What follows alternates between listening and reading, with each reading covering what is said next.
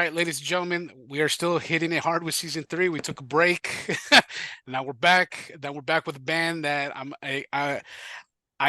surprised I haven't got to you guys. Right, this is up my alley. Right, Ravage. Right, I'm sitting here with Nick, the guitarist, and Tony behind the drum set.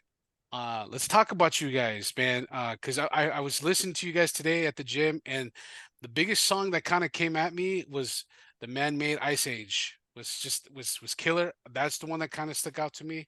And then I know on Spotify the biggest one is Spectacular Rider, right? Or Spectral Rider. Yeah, Special Rider, yeah. Yeah, which is Yeah. again big classic heavy metal stuff.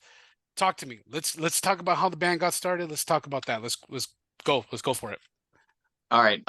Starts back in the mid '90s, mid to late '90s. Two brothers, Al the singer and Eli the current guitar player. Eli started on bass, and they were not hearing stuff that they wanted to make. And this was, I'll say it again, mid to late '90s. So they just wanted to make something that was a little more akin to, at that time, classic traditional metal, Maiden, Priest, and that was it. And they both sort of had like a little bit of a faster and a punk edge to it when it first started. And as they both learned their instruments, the songs got more intricate. And I think as other members joined up, and then I joined in about 2000. Okay. Okay. And I think that's like I at least heard essences of like thrash and power metal in there too. And I was just getting into a lot of the European influence as well. So it was very interesting leaving um some of the music that was around me and finding those two who were also interested in those same bands that I didn't know anybody else really that was into it. Hmm.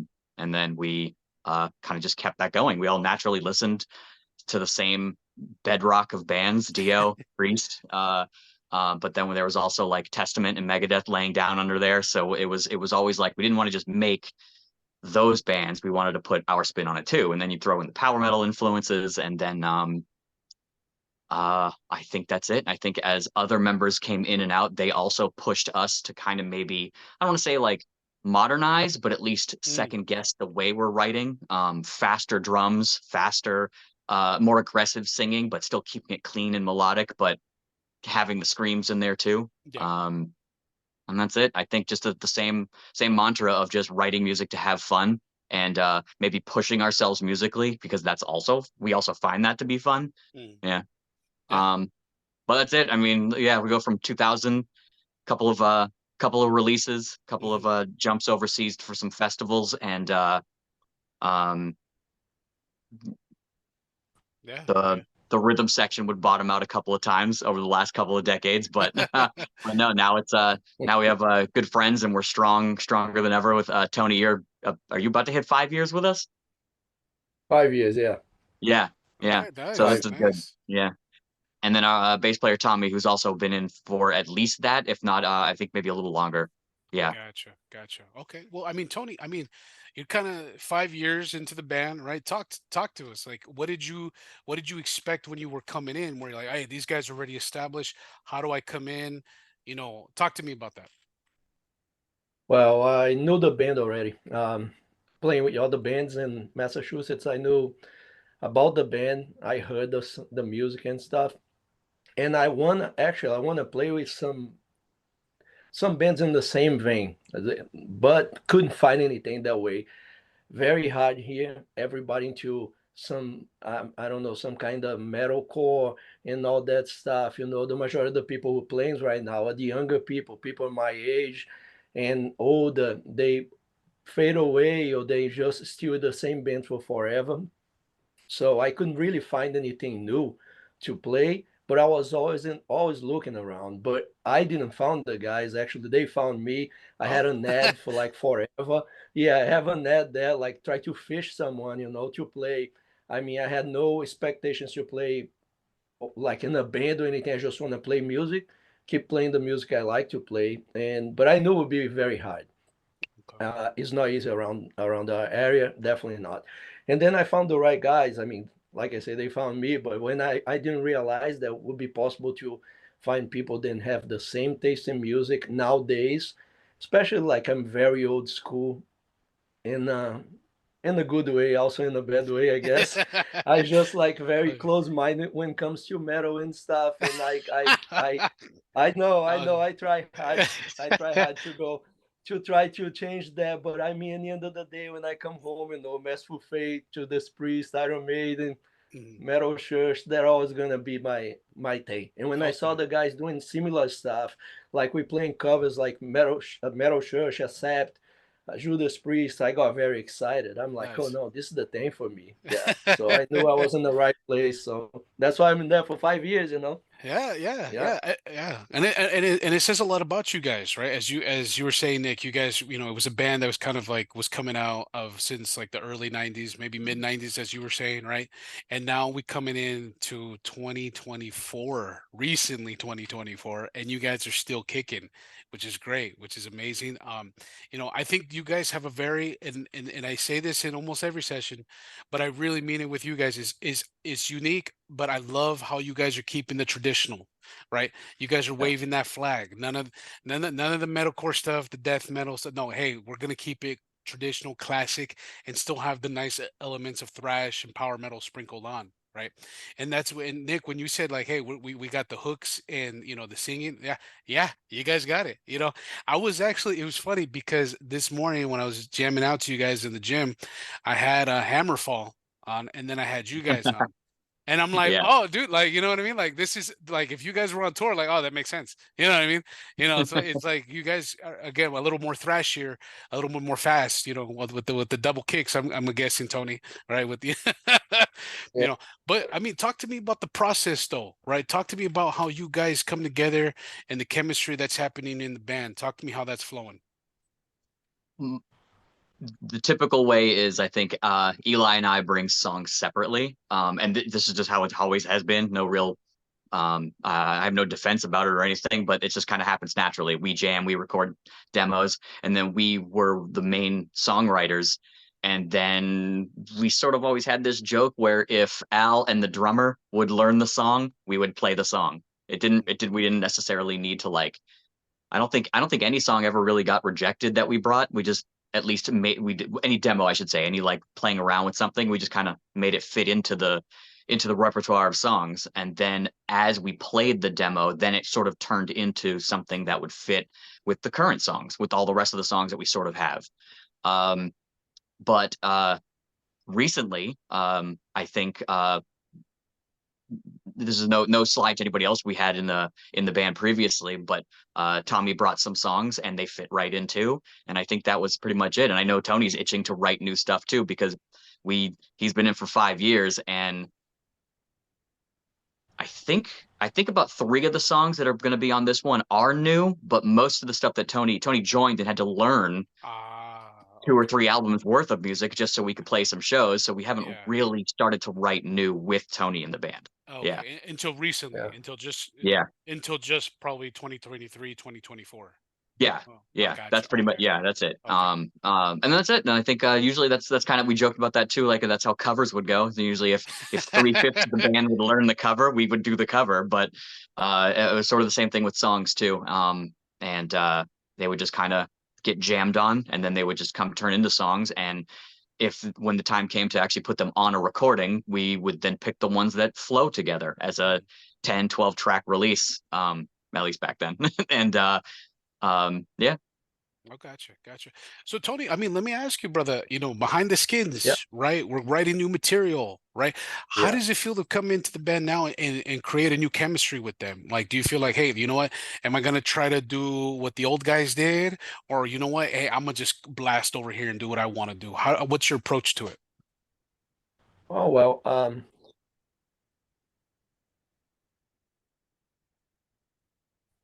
I guess for me, in my view, when I first started to play with the guys, I kind of I don't know. I feel like a connection right away.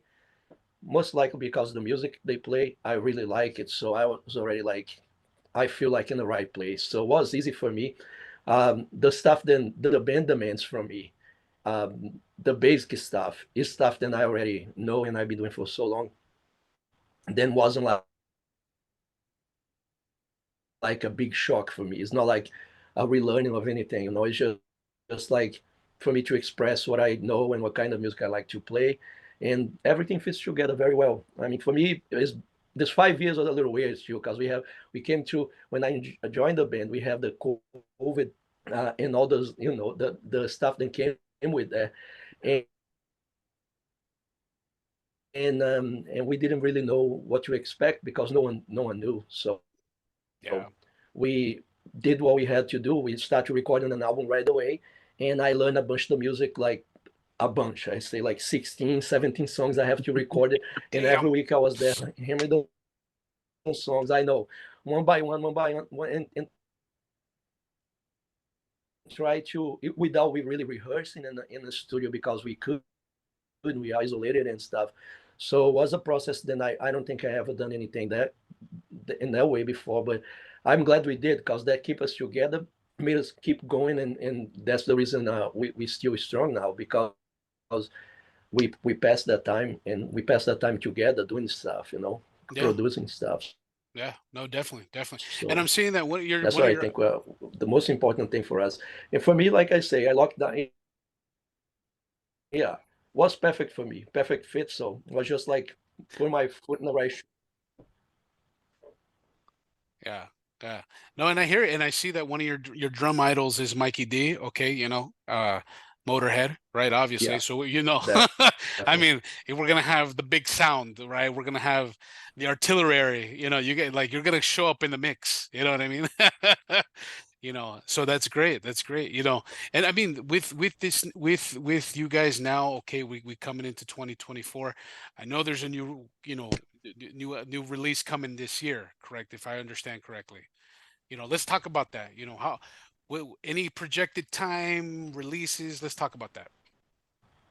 Yeah, the way we're doing it is technically it's an all digital release. We don't have plans to release it on CD. So it's going to get released along with a special edition vinyl.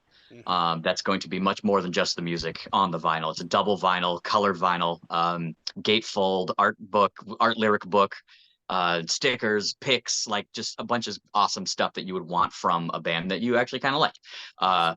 But with that, there'll be extra tracks on it, like an extra full song, and I think some of the songs have some intros that'll be extra that won't necessarily be on what we'll call the streaming version, and then a separate collection will be released as an album on the streaming sites. Nice. And then I don't know, we're not against it, but in a year or so we'll see how it does. If we really feel it's necessary to put it on CD, then we will. Yeah. Um, but at least that way, yeah, and that also excited us too. Putting together this vinyl as a as part of like service to us being in the band, having it for so long, Yeah. and seeing it come to fruition, and the great art Andreas Marshall did for us, and being able to finally use it. And then uh, Tony hooked us up with a great graphic designer in Brazil, Alcides Burns. And Yeah. he's been laying it out and doing some extra art for us too, Nice. which has been awesome. Yeah. That's great. There's something going on in Brazil, man. I'm telling you, there's something in the water over there. I mean, there's you guys. I mean, when we hear heavy, they come up, they come and do it better than anybody. You know what I mean? This is it's amazing. Oh, well, It's great. It's great. Yeah, yeah. So I mean, Nick, yeah. I kind of want to talk to you a little bit, brother, when it comes to guitar. I mean, I don't think we can't talk about heavy metal without talking about guitars, right? So Yeah. I mean, I mean, I haven't seen you guys play, right? But I want to know in the aspects of where you play in the band, your role. I mean, is it more rhythm? Is it we're doing some solos, right? Are you guys going back and forth? Talk to me about that. No, it's pretty equal Okay. between Eli and myself. When I was looking for a band to join, I found an ad online, and it said something to the effect of heavy metal band looking for second guitar player to complete dual lead attack. Oh. And that was in 2000. It's like, Man, okay, well, oh, and they're man. in Malden, which at the time I was only living about 25 minutes away from where they were located. So Ah, I was like, this sounds like it's too good to be true. So that's when I think I stalked them for about 2 or 3 months across like the holidays, and then I finally got in contact with them in January, in that mhm. January, and but no, ever since then, it's kind of always been. I think we mentally, when at least when I'm writing songs too, I do think of more of like the live performance and having fun. So I wouldn't necessarily always want it to just be like a rhythm structure and then like there's lead guitar.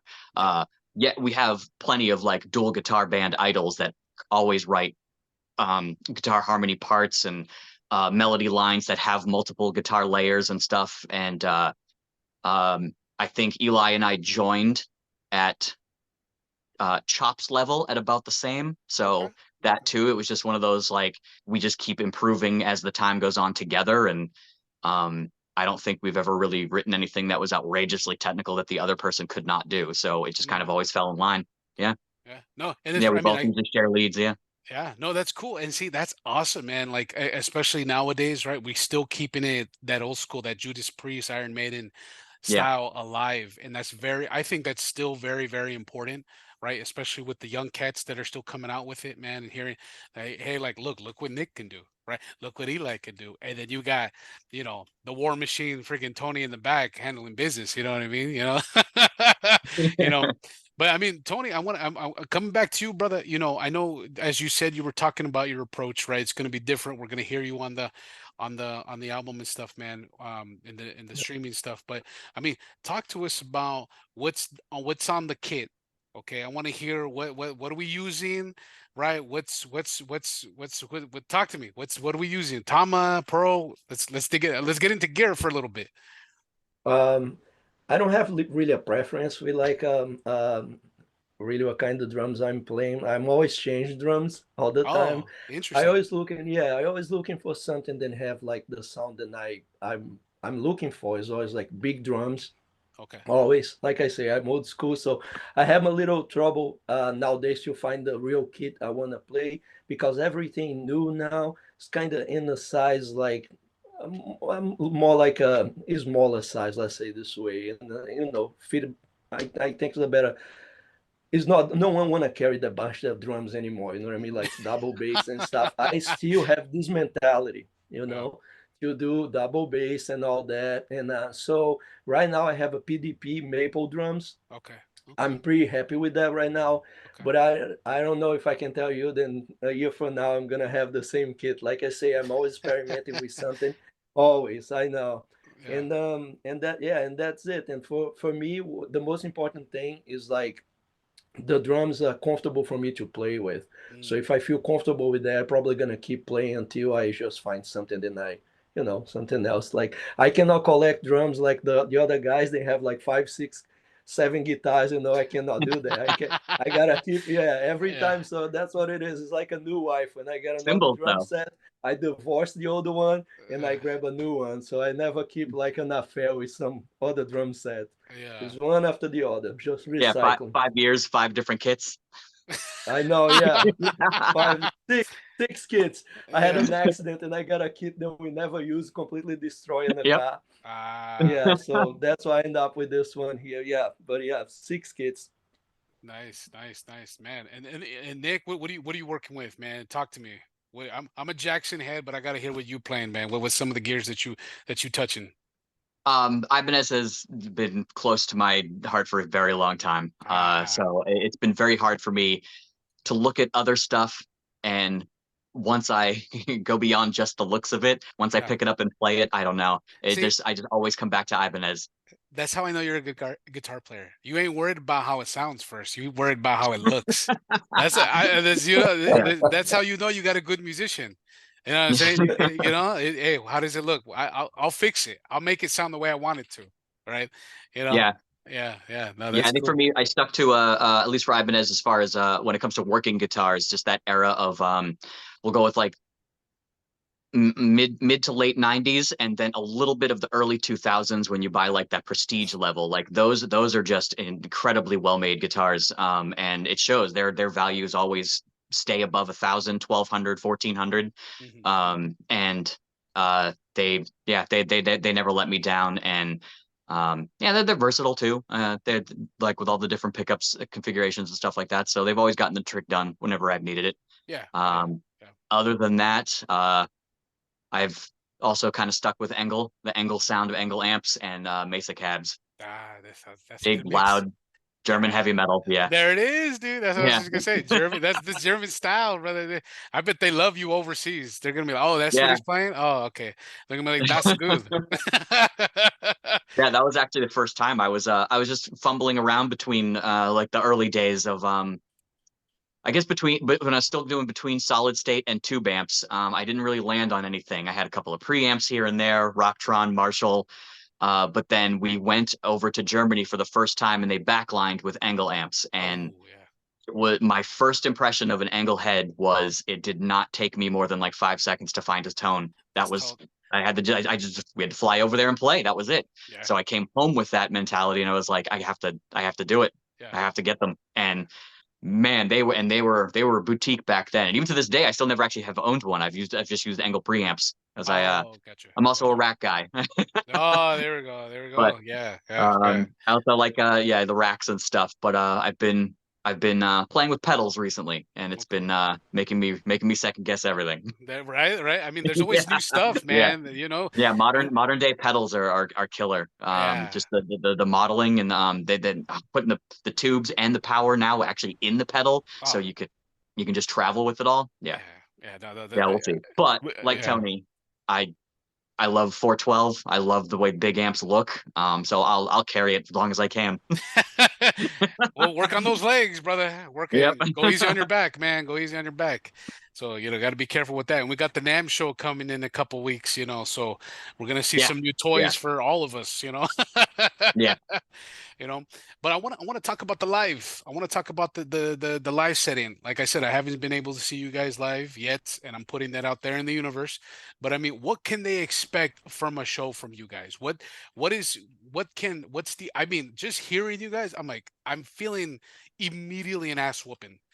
But but talk to me. How are the live shows? What are we grooving to? What's happening? Talk to me. Well,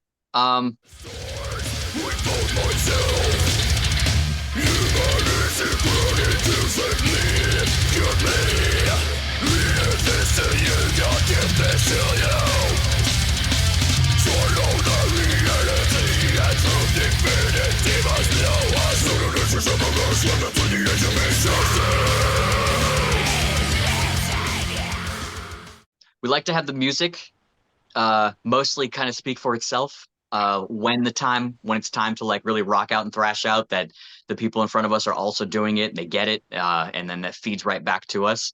Al, we also come from a very theatrical group, and Al usually brings a bag of tricks. It has definitely toned down over the years, and the bag has gotten smaller. But yeah, so sometimes there could be some hilarity involved too. I don't know, sort of somewhere in between Creator and Spinal Tap.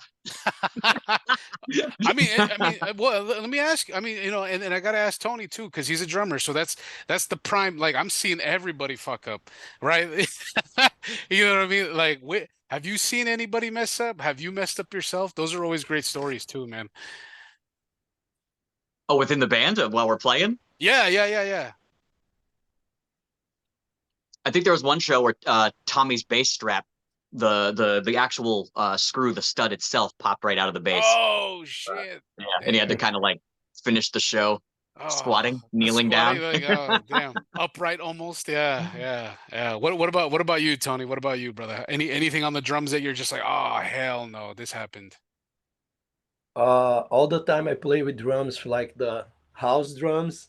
If I don't bring my own set and I have to play with the drums that's already there, or some other band's drums and stuff, it's always difficult, because this is stuff that we carry on the road and stuff. So all those drums have like a lot of problems here and there that only the owner knows. So you start to find out as you play. By the third song, you're like, oh shit, like start to playing like, and know Yeah. the problems are there.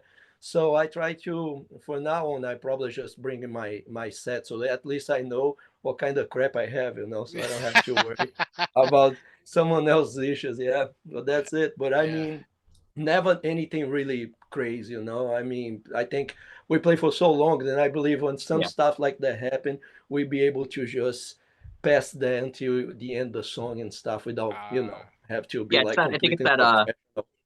it's that thing you always hear where if you mess up, just keep going. Most people can't tell anyway. Yeah. And I feel like because we've been going for so long, I think the musicianship sort of shines through. Muscle memory too is wonderful Yeah. to rely Yeah. on, so that if you do mess up, it's not for very long, and you can get your steps and your bearings back in again. Yeah. That kind of thing. And then I learned a long time ago to travel with two guitars. Yeah. String breaks, you're good to just pick up the next one ready to go. It's much smoother. It's a weight off your shoulders, and it lets you enjoy the moment more instead of worrying about breaking strings. Yeah, That's exactly. it. Yeah, exactly. Yeah. And as a bass player, it's funny because when I used to play live, man, I'm like, oh, I messed up. Well, let me just hit open in this section right here. Nobody's gonna notice. And then I could just hit stay on the E string. I'm cool. Nobody cares. Whatever. It's all good. But like as a guitar player and drummer, man, you guys, if you guys mess up, people are kind of like, oh, or if Messed you up at the wrong yourself are time, gonna, yeah, Yeah, yeah, yeah. yeah. that's true. You guys are the as the better musicians, the ones that they can Oh, hear more. You know what I mean? That was just funny. That's funny. But I mean, Tony, are we a heavy hitter? Do we have a heavy hand? I mean, because what we're playing, dude, I bet you're like, I be yeah, honest, be I think honest. I Yeah. do. I mean, I think I do.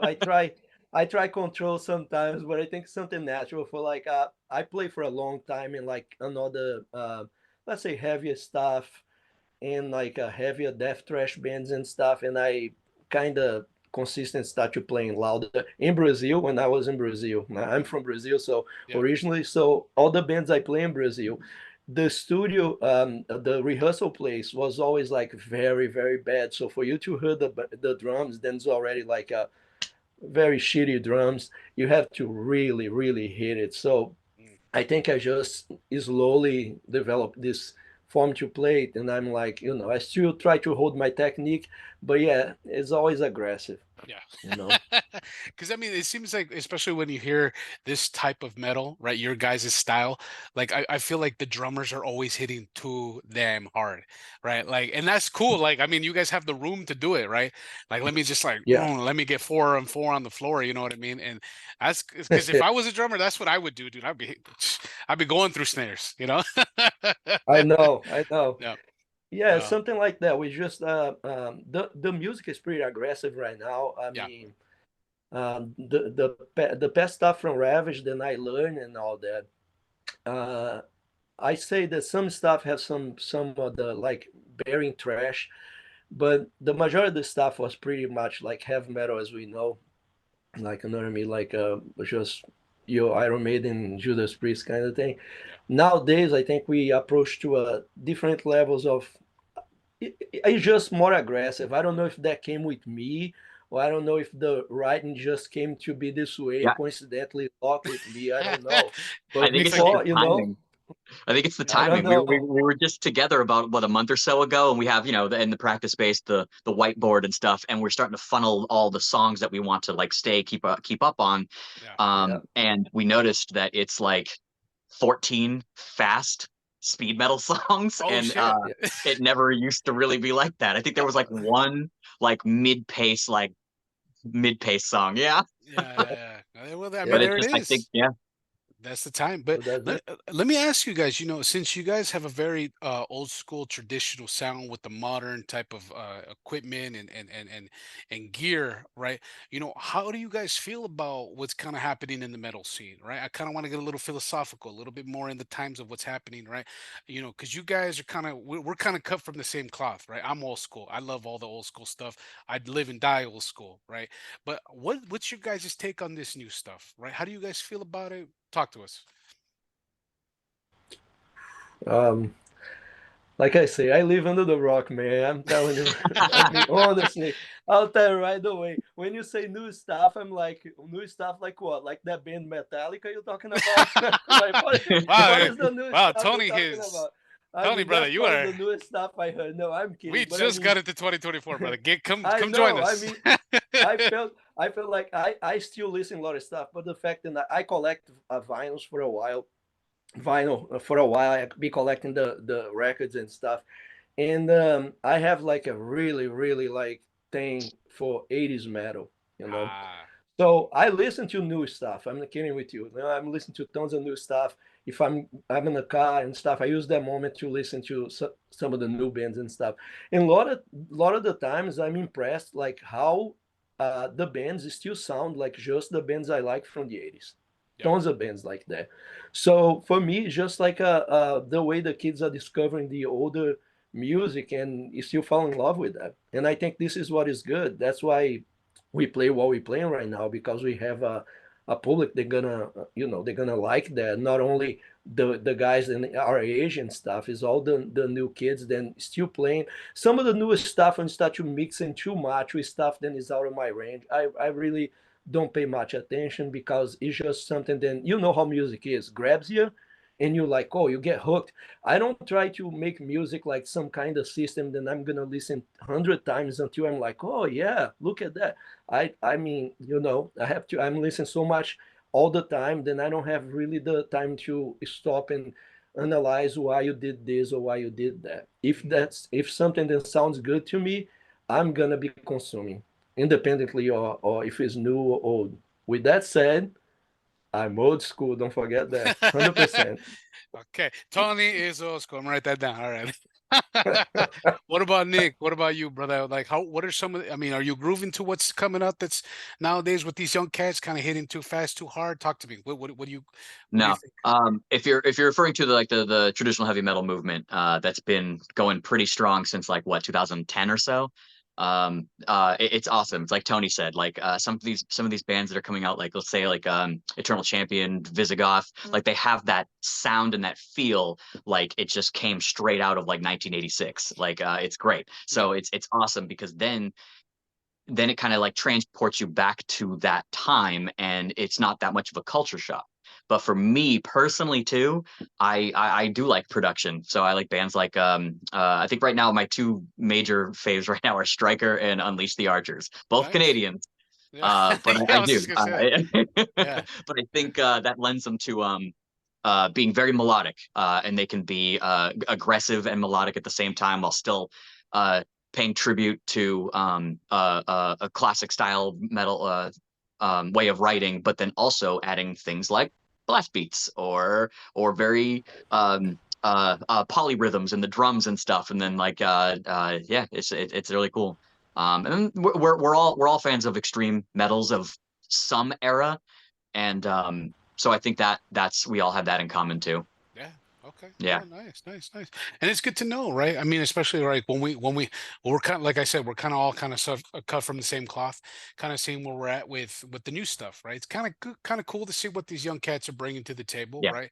And that's the thing about metal; it's always got to evolve. It has to evolve, right? I mean, we can only have so many Metallicas, right? Yeah. You know what I mean? It's just we gotta move things forward and stuff, That's but right. but I want to ask you guys, you guys are, you said in Massachusetts, right? You guys are over there. How is the scene, right? Are we getting enough love out there? Are we, how is it for you guys specifically? It's about the same. It's Okay, about the same okay. as it always All right. has been. Okay. Except I think like we mentioned before, the younger crowd is not afraid to be into it and into other things while also being into traditional metal. Mm, I think shows, bands that have usually mixed shows, mixed bills.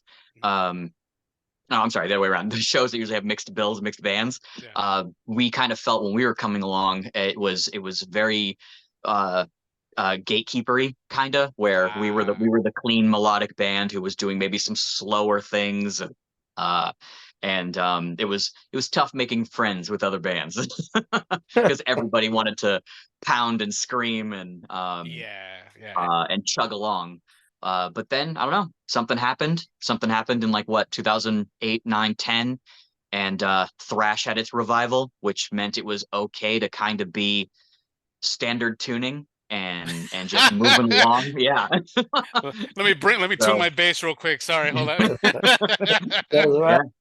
yeah, I Yeah. think that was it. And I think kids started looking back to like what their parents were listening to coming out of the 70s and into the 80s, and I think we just got another round of influences into these kids that were playing drums and guitar and writing music. They were kind of reliving the same influences that the bands in the 80s were now coming out. And then they also had the bedrock of Maiden and Priest catalog to fall back on, and Testament, Metallica to fall back on. And but the shows are awesome. The shows are very welcoming when it doesn't really matter who's playing it. That's how I feel. I've noticed now. But Boston is great. Providence is great. And even Worcester. I don't know if you've heard Worcester Palladium. It's an age-old venue we have out here. And it's usually where most of the metal tours go. And I think just being close to New York helps because everything is in New York. Anything is in New York. Yeah. Yeah. I mean, any plans of coming over here to Cali? Because I know you guys would be loved over here. I think you guys coming over here would be phenomenal. If you guys do, you let your boy know. Because I mean, I'm ready to get a shirt, brother. I'm ready to cut the sleeves off and let's go. You know what I mean? Because like, let's do this. You know, because I mean, but have you guys been to Cali? Anything like that? Yeah. We put a tour together back in 2009, and it did take us out there. I think like most tours, a couple of vehicle breakdowns and trouble. And I think we only got to play, I believe, San Diego. Oh, okay, good. Yeah. But we got to stay in LA for a week. Oh, I mean, there you go. Yeah, that's So that was kind of great. cool. Yeah, that's fine. But now we got Tony in the band. We got you know, we got the War Machine Tony in here. So we got you guys got to come out here, get some sun. Hope so, yeah. Yeah, man, that'd be great. I know honestly, I really think you guys would do amazing out here. We got a lot of young cats that are doing the thrash, you know, that school of heavy metal, and I think, you know, the more the merrier. Right, we need it. We need it now more than ever. Right, you know, especially with, you know, all this like death metal and grindcore. There's too much stuff going on, man. Sometimes we got to go back to the roots, man. Yeah. You know, this is too much. But I want to ask you guys, you know, again, you guys were talking about the release, right? I mean, I want to kind of touch on that a little bit more on the sense of like, are we going to have a music video, lyric video, anything in the woodwork that's going to be coming up pretty soon? Because I need some more stuff. All right. We have a video already from Mermaid of Ice Age, and prior to that, we have the lyric video for the same song, and I believe we have another video that I believe is coming out tonight at some point. A new video, yeah, I believe. We're waiting to announce it here. Oh, nice. Damn, now I gotta edit it and I gotta make it out now. Oh, damn.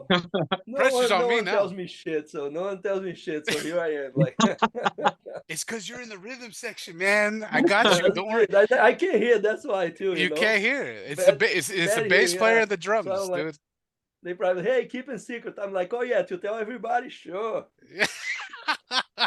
Wait, I just got from Al. The video will be out tomorrow. Tomorrow. We'll premiere tomorrow. Okay. Tomorrow. Okay. The time of this recording, because you know, on Wednesdays, but we'll see. Okay, it should be out 2 now. days from today, it was out. There we go. Anytime soon. There we go. There we go. Yeah. But I mean, I'm excited. What's the title of this release of what's coming out?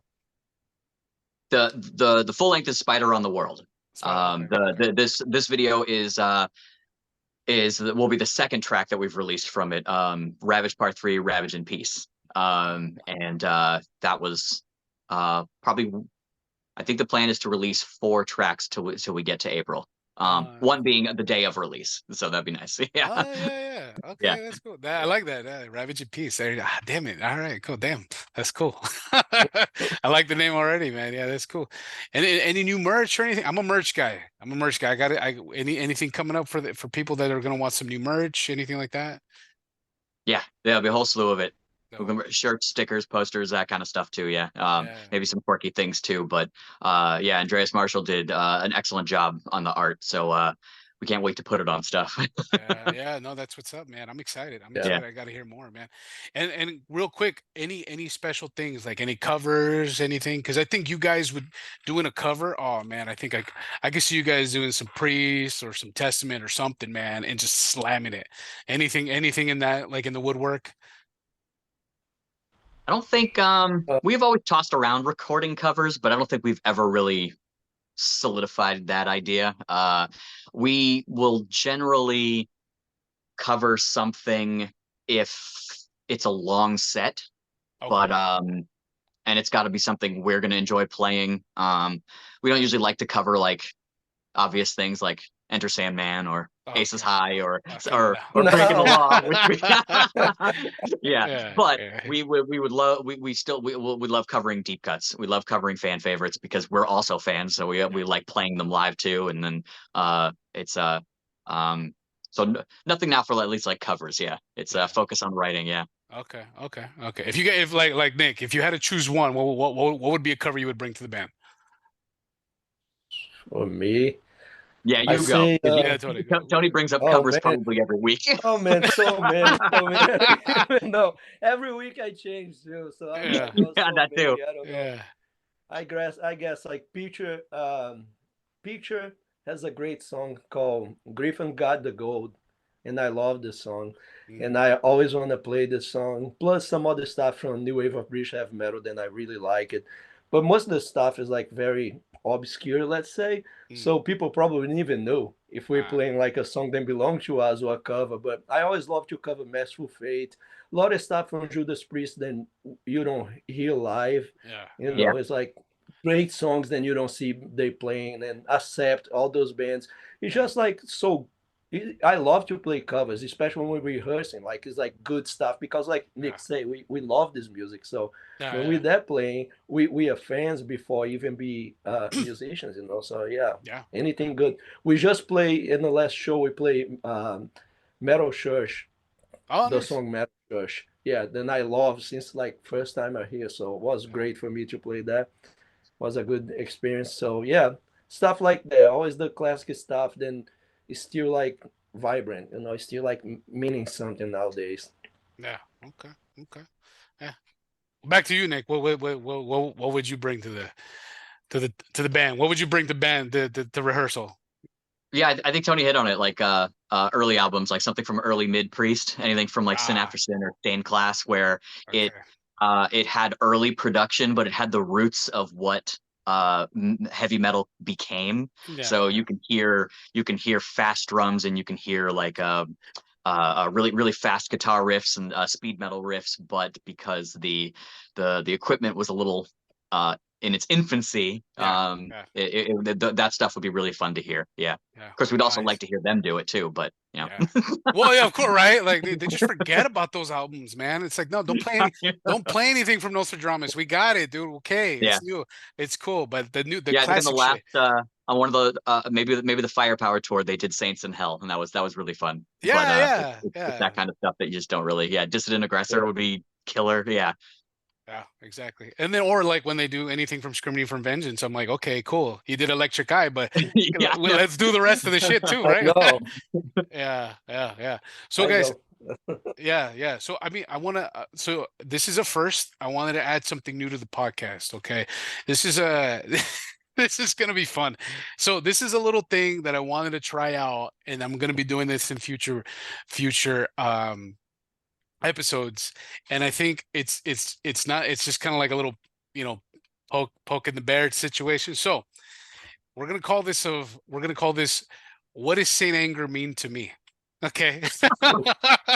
So you guys are the first contestants on what does Saint Anger mean to me. So I want to ask you guys, as traditional heavy metal fans, right? Metallica's up there, I'm assuming, right? It's got to be, right? It's Metallica, right? Cliff them all.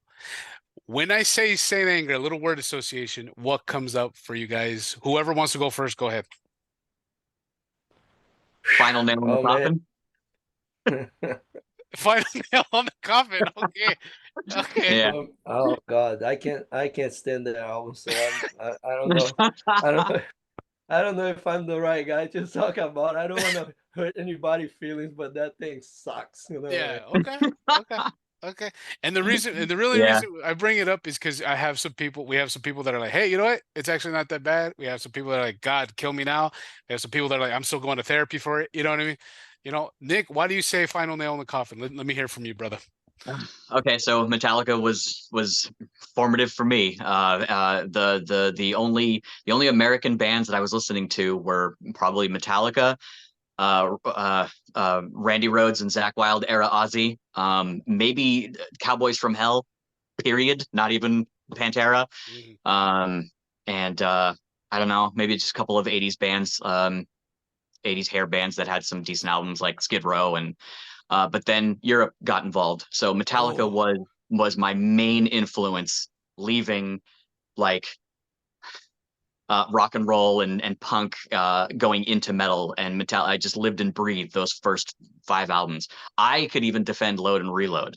oh If a shit. different band released those, yeah, they would probably still be looked at as like really good albums, but Yeah. it's unfortunately. So, but I don't know if I can give that excuse to Saint Anger. I just I hate I can't stand the production. I don't like the guitar sound. I don't like the songwriting. I don't like the vocals. And it was also at the time when I was after Load and Reload, then we got that Garage Revisited, and then we Yes. got that Symphony album. Yeah. But the Jesus. band still sounded good then. Yeah. They were still there.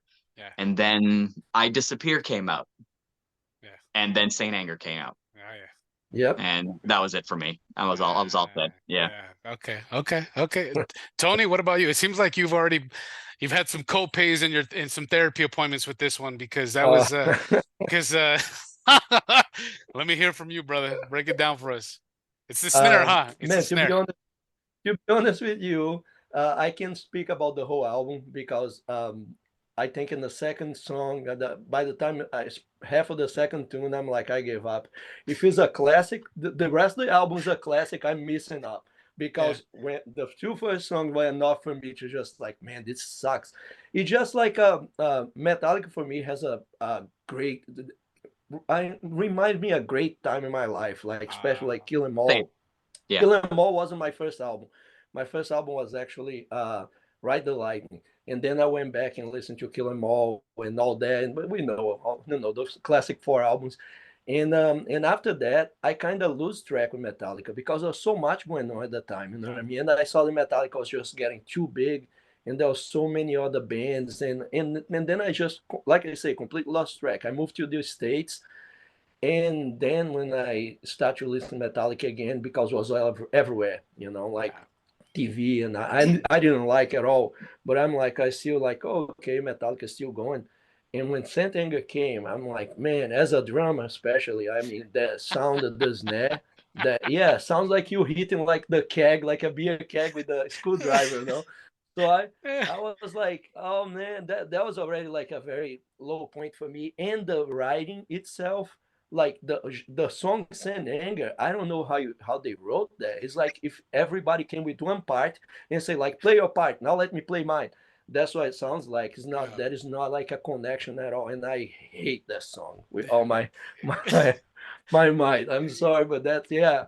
I Yeah. don't want to make anybody feeling bad or stuff. I mean, you like what you like, Hey, but that thing for me, they already have all the money in the world. They ain't worried about us. yeah. Oh, Yeah. definitely. No, no, Yeah, yeah, no, they worried no, about us. no. I'm talking about the people who likes the band. I'm not even talking Yeah, about them. They like untouchable. I mean, who am yeah, I? Yeah, yeah, exactly. But I Yeah. mean, as I actually kind of music, got yeah, I actually kind of got tired about complaining about Metallica because of no, yeah, that. Like exactly, yeah. they literally could exactly. do no wrong. It doesn't matter. Exactly, No, exactly. Yeah, yeah, yeah, yeah. They got into a point right now that they just the fact that they keep playing and is enough to be, you know, successful forever. It's yeah, just like the way it is. yeah, yeah, They get established in a way that is not about music anymore. They got a status that is beyond music. It's just like yeah, a band and people like Beatles or whatever nowadays. You know what I mean? This you're not gonna see this many times. You know what I mean? All the big bands, Yeah. especially metal bands, they're gonna play stadiums after they get old and stuff. This is not gonna be a thing forever. You're gonna see Iron Maiden still, but when these people gone, who's gonna be the next? That's a I don't great know. question. It's That's a Maybe not. I'm great. Yeah. wrong. Yeah, no, Yeah. and I gotta ask you guys. I mean, and and I think that's a good place to put a pin on it. Is just kind of ending it with that, like, you know, who is next, right? Because we kind of Metallica, they're getting up there. Iron Maiden, they already said, hey, we don't have too much in the tank. Judas Priest, same thing. Who do you think with these young cats coming out is gonna be the next ones? I It's think things have changed too much. I don't think any guitar focused act is going to reach that level anymore. Mm. But the way I see it is I love that festivals are here in the States now. So even if I can go to a festival and see like three mid tier like headliners that don't have like 7 million views on a video or something like that, that to me is more fun than seeing like one great giant band. Yeah. So yeah, to the future, I hope the festivals keep going and they keep putting more eyes on smaller bands, on smaller acts that do have like that are able to tour and do what they want to do for a living, as opposed to somebody just hitting that magic hit and then riding those hits and then just be stadium. I think I heard maybe Foo Fighters. Foo Fighters might be the last big stadium sized band. Yeah, see but that. they also come from the 90s. So Yeah. I don't think there's anybody new that's going to fill that gap. Yeah. What's up, everybody? Want to jump in really quick to tell about one of my favorite brands and my brothers over at Heavy Defender Merch. Heavy Defender Merch products are a must-have for any heavy metal fan. Their banners, pins, and apparel is made from high-quality materials that feature bold, eye-catching designs that are truly to capture the essence of the metal lifestyle. The shirts are comfortable and durable as hell, man. The hoodies are perfect for when you're leaving the whiskey and it's fucking 2 o'clock in the morning, it's cold as shit. Heavy Defenders offers a great selection of products for any metalhead looking to represent their passion in freaking style. With unique designs and quality material, hey, check out HDM.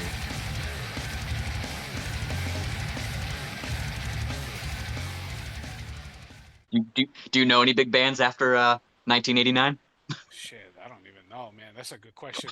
That's a, you know what, brother? I mean, because I mean, and you said it right, Nick. I love how you said it. You know, that's exactly how it is, man. It's just there. Who else is left, right? Who else is left to? I mean, yeah, we might have the Lamb of Gods, but not everybody's into Lamb of God, right? You know, we got those cats. You know, Yeah. maybe, you know, and again, that's not to But and discredit then them. and yeah, and then like Five Finger Death Punch, like they're touring big venues, but they're also touring with somebody else Yeah, in that big venue. There's no exactly. way that they can just like Metallica could just drag some unknown band and they're their opener. Maiden Yeah. can throw Steve Harris's daughter on as her band as an opening act and play somewhere in time back and forward. Like there you go, that's a Yeah. stadium tour. Yeah, Exactly. yeah, Yeah. It's gonna be tough, man. But I like what you said is that you know the festivals are coming back, right? We're yeah. getting post-pandemic, right? There's enough at the table for everybody. We just gotta work hard and get to where we want to get, you know. But the most important thing is that we're not letting it die, right? Who Yeah, that's what I knows? was gonna add to it too. I think Yeah. the trade-off is I don't think guitar focused music is going anywhere. Oh I don't no. think metal is going anywhere. It's not like 15, 20 years ago when it did go away and it was only little pockets of unconnected cultures, subcultures, all just trying to pretend they're the better one. But now it exists and it's going to be here forever, and people can always share and trade and yeah. And now the festivals help that. The festivals now put a physical point where people of like interest can get together and just enjoy and being in that space Yeah. No, on a exactly. bigger scale than just one show at like I don't know, the Garden or something. Yeah. No, exactly. Yeah. I mean, and if all it fails, we could pull what Kiss did and just make avatars. I am pretty sure that's going to keep happening. Yeah, that's that Yeah. they just said, "Hey, we're still gonna make money." All right, cool. There, That's there are fine. too many people that can make money on that they will definitely keep doing that. Oh yeah. No, exactly. Yeah, but guys, let's put a pin on it today, man. You know, I love talking to you guys. I wish I had the whole band. You guys seem like a fun bunch, man. I love to kind of just sit down and talk to you guys. But again, thank you so much for your time. Thank you for playing. What does Saint Anger mean to me? The first contestants, guys, on Beyond the Heavy. You guys is awesome. But Awesome, great. guys, anything that you want to plug, where can they find you? Where can they do the stuff? Let them know. Cool. Tony, I'll speed through it all. RavageTheEarth.com is the easy website. We have Facebook and Instagram too, just like everybody else. And the new video for Ravage in Peace is tomorrow. And look for the special edition vinyl of our release late winter, March and April. Nice. Okay. All right. Guys, again, thank you so much for your time. You know, we can't wait for the new shit to come out. I'm excited, man. I'm excited. You guys got me pumped, dude. I'm at the gym, like, yeah. All right, guys. We are too. That's all that counts. Thank you for having us on. Yeah. Sounds good, Thank brother. you for having us, man.